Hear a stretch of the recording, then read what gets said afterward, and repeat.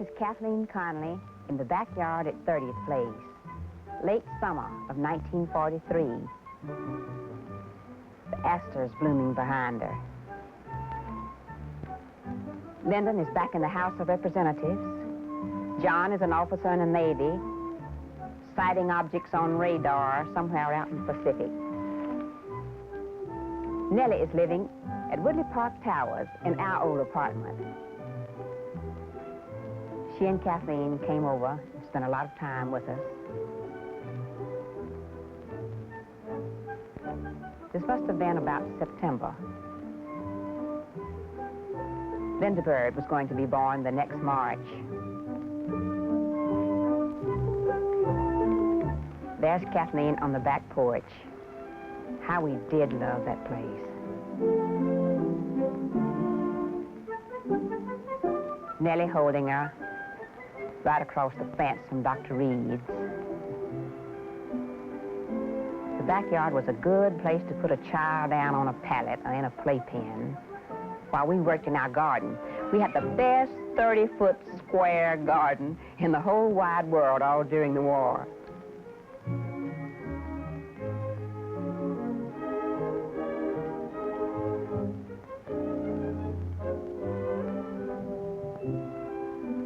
If the world was in the grip of tragedy, we didn't know it. We were too busy. Lyndon was hard at work on the Naval Affairs Committee, a rather frequent caller at the White House, sometime for breakfast with FDR. Nellie was probably lonely. But there was a constant stream of young officers, young servicemen who would come by and spend the night on the third floor of 30th Place, which is just really like an attic then. Ray Roberts, Jake Pickle. Time to take Kathleen home. And there's the terrace. We used to have the best summer dinners out there. Black-eyed peas, fresh from the garden, tomatoes and okra. Zephyr could fix them so good. Turnip greens, cornbread and buttermilk. Speaker Rayburn was a frequent visitor, and Bill Deason, who worked in the Bureau of Personnel, was with us a lot. Now it's fall in Washington. Nothing has endeared this country more to me than the gorgeous coloring of fall foliage. I walked a lot that fall. Here we are at Pierce Mill. I think Bill Deason was with me that day. Pierce Mill was restored by Mr. Ickes. It's one of the charms of Rock Creek Park. Look at that gorgeous maple.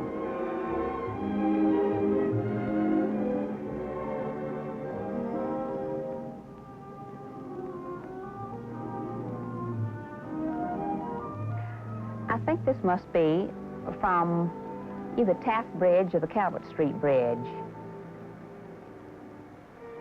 Walks and movies were one of my joys that fall.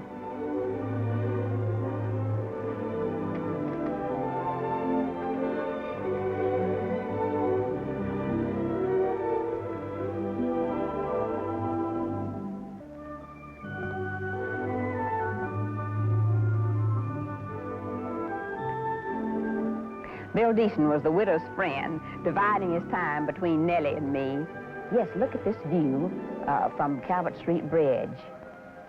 I'm sure Bill must have been going with me and helping me take these. There he is, working in our yard.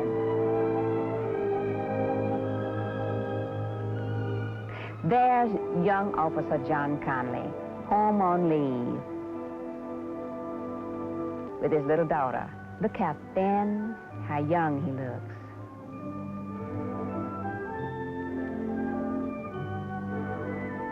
In the background, the Washington Monument.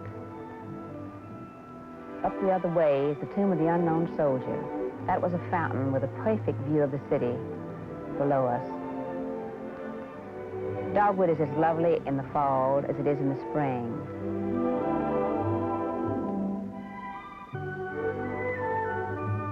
The Jefferson Memorial, newly completed, I believe, and now it seems like it's been there forever.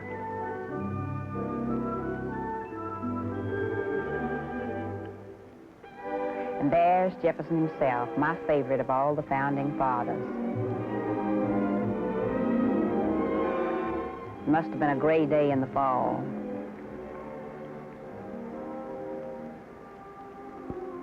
Oh, what gorgeous coloring. But the winds of winter are beginning to blow. And there's Kathleen. They were living in our apartment at 224 Woodley Park Towers. Snowsuit weather. Kathleen walking out the front door with Nellie. What a chore to get those children into them and out of them.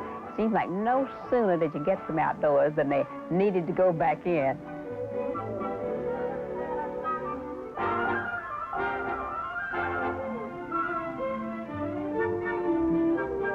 Sam Houston's wife, Albertine, and their 2 children come to see us. Sam and Josepha Roxanne.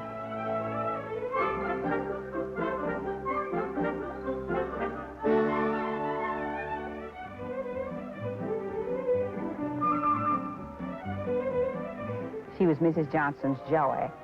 She was our first grandchild. Kathleen, barely toddling, she was about 10, well, perhaps she was a year old at this time.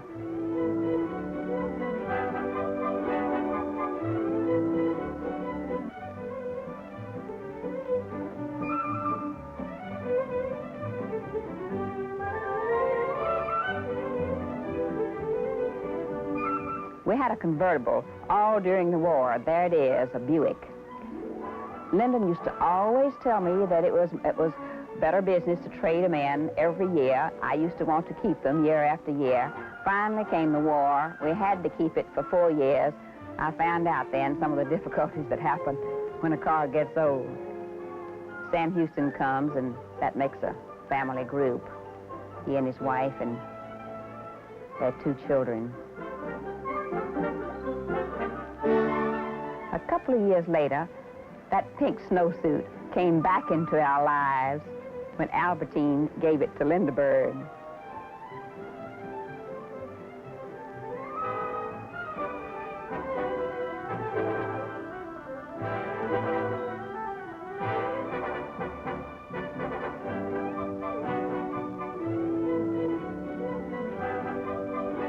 Family portrait. Kathleen's first birthday.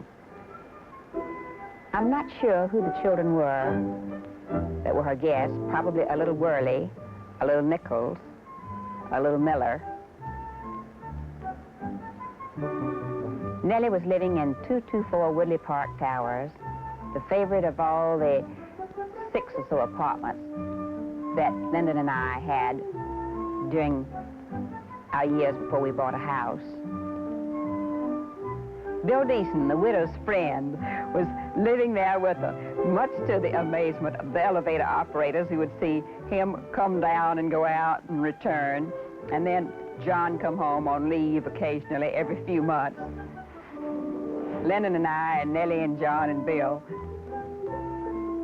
laughed at their perplexity.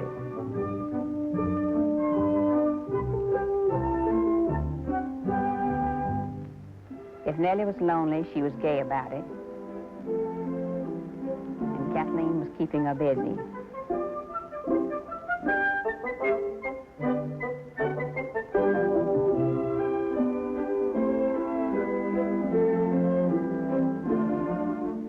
We were living in the midst of one of the world's most strenuous times, but we were young and we were happy. And it was about 1 month before Lindbergh was born.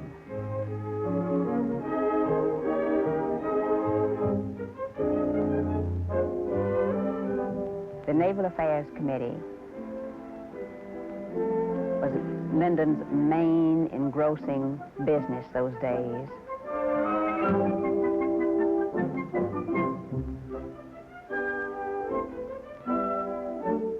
And the Speaker, one of our most constant companions.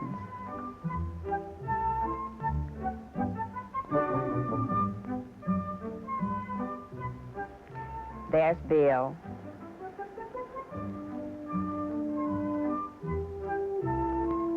paranoid Nellie and I were when he finally got married. He just felt like he'd deserted us.